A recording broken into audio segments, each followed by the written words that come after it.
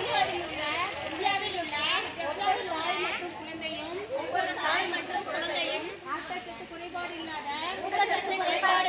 ஆரோக்கியமான உடல்நிலையை அடைய நான் இன்று உறுதிமொழி ஏற்கிறேன்.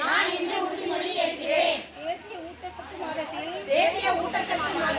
ஊட்டச்சத்து மற்றும் ஆரோக்கியம் சம்பந்தமான கருத்துக்கள் ஒவ்வொரு வீட்டிற்கும் சென்று சேர்வதை நான் உறுதி செய்வேன். ஆரோக்கியம் என்பது சரிவிகித சத்தான ஆரோக்கிய உணவு, தூய்மையான குடிநீர், சுகாதாரம், தாய்மை மற்றும் பச்சிளம் மற்றும் சிறு குழந்தைகளுக்கான